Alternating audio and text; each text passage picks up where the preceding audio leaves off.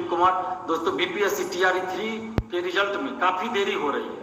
जिस प्रकार टीआरई 1 और टीआरई 2 का रिजल्ट आया था और उसका जो आंसर की जारी हुआ था, उससे अगर हम तुलना करें तो टीआरई 3 के रिजल्ट में काफी देरी हो रही है और आंसर की जारी करने में भी काफी देरी हुई है। आखिर इतनी देरी टीआरई 3 में क्यों हो रही है?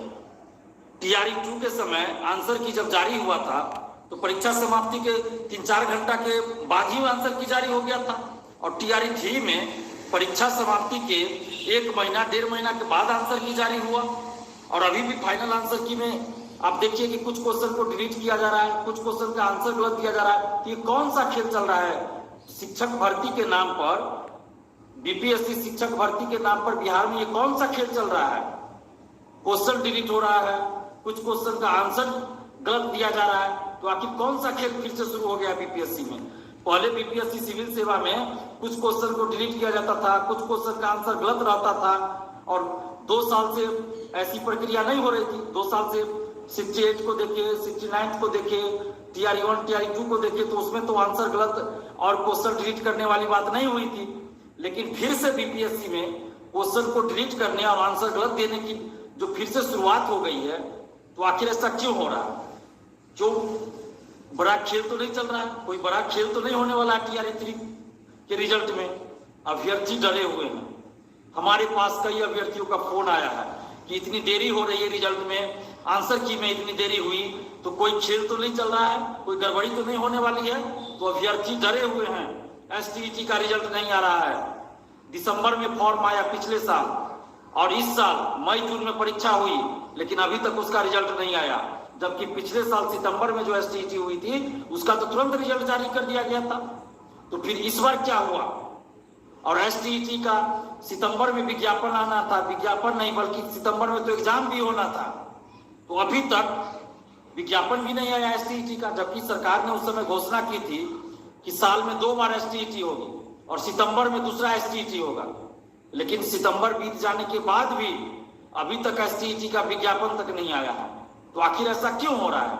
उस समय इन लोगों की काबिलियत थी, बीपीएससी के पास पिछले साल बहुत काबिलियत थी कि तुरंत एग्जाम ले लिए, तुरंत रिजल्ट दे दिए, और इस बार काबिलियत नहीं है बीपीएससी के पास। इसी तरह बीएसईबी के पास उस समय काबिलियत थी पिछले साल कि हड़बड़ी में एसटीईटी ले लिए और तुरंत रिजल्ट दे दिए, फॉर्म भी ठीक से भरने नहीं दिए लोगों को, परीक्षा का तैयारी का भी समय नहीं दिए, तुरंत हड़बड़ी में परीक्षा ले लिए। उस समय बहुत काबिलियत हो गई थी एसटीईटी कराने के लिए बीएसईबी के पास। और इस समय कौन सी आपकी काबिलियत कहाँ चली गई कि दिसंबर में फॉर्म निकला, अभी तक आप रिजल्ट नहीं दिए हैं। सितंबर में दोबारा एसटीईटी होना था, अभी तक आपने विज्ञापन नहीं निकाला, तो ये काबिलियत कहाँ चली गई आप लोगों की? क्या इसको ये माना जाए कि पिछले साल लोकसभा का चुनाव होने वाला था इसलिए इतनी हड़बड़ी की गई टीआरई 1 टीआरई 2 में और एसटीईटी में, और इस बार अभी चूंकि तुरंत कोई इलेक्शन नहीं होना है तो इसलिए देरी की जा रही है? जानबूझकर देरी की जा रही है क्या?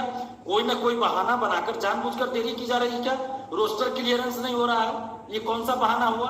टीआरई 1 टीआरई 2 में रोस्टर क्लियरेंस कैसे जल्दी हो गया? टीआरई 1 के तुरंत बाद टीआरई 2 वैकेंसी आई, तुरंत एग्जाम हुआ, तुरंत रिजल्ट आया, उस समय कैसे रोस्टर क्लियरेंस हो गया? सिविल सेवा 67वीं ये 17वीं बीपीएससी सिविल सेवा का विज्ञापन आया, उसमें रोस्टर क्लियरेंस हो गया। आपको ये शिक्षक भर्ती टीआरई 3 का रोस्टर क्लियरेंस क्यों नहीं हो रहा है? शिक्षा विभाग क्या कर रहा है? या जानबूझकर सरकार चाहती है कि लेट लतीफी करे क्योंकि अभी इलेक्शन नहीं है? क्या चल रहा है? अभ्यर्थियों को ये जानने का हक है। सरकार बताए, शिक्षा विभाग बीपीएससी बताए कि टीआरई 3 के रिजल्ट में इतनी देरी क्यों हो रही है, कुछ तो बताए। ये कौन सा रोस्टर बन रहा है कि रोस्टर ही नहीं बन रहा है, आपका रोस्टर क्लियरेंस नहीं हो रहा है? ये बहानाबाजी है सिर्फ बहाना। अगर सरकार चाहे तो 2 दिन में रोस्टर क्लियरेंस हो सकता है, लेकिन इतने दिनों से इनका रोस्टर क्लियरेंस नहीं हो रहा है, तो ये सिर्फ और सिर्फ बहानाबाजी है। और हम सरकार से ये मांग कर रहे हैं कि टीआरई 3 का रिजल्ट जल्द जारी करे, एसटीईटी का रिजल्ट जल्द जारी हो और नया एसटीईटी का विज्ञापन जल्द निकाला जाए। और साथ ही टीआरई 3 के रिजल्ट से पहले आप काउंसलिंग करवाइए। बार बार हम कह रहे हैं कि रिजल्ट से पहले काउंसलिंग होना चाहिए, नहीं तो फिर फर्जीवाड़ा होगा। टीआरई 1 टीआरई 2 में जिस तरह से रिजल्ट के बाद काउंसलिंग करवाया गया, और अभी आप देखिए कई जिलों से अधिकारियों का लेटर वायरल है जिसमें ये दिखाया गया है कि जो टीआरई 1 टीआरई 2 में चयनित हुए उनके पास विज्ञापन की शर्तों के अनुसार कितने लोगों के पास डॉक्यूमेंट्स की कमी है या फर्जी डॉक्यूमेंट्स है, वैसे लोगों का लिस्ट जारी हुआ और हजारों की संख्या में ऐसे लोग हैं। तो उनके वजह से जो योग्य अभ्यर्थी नौकरी में नहीं जा पाए, कटअप के बराबर मार्क्स रहते हुए भी जो शिक्षक नहीं बन पाए, उम्र समाप्त हो गई, कहीं भी सरकारी नौकरी के लिए फॉर्म नहीं भर सकते, उसके लिए दोषी कौन है? वो जो बेरोजगार रह गए।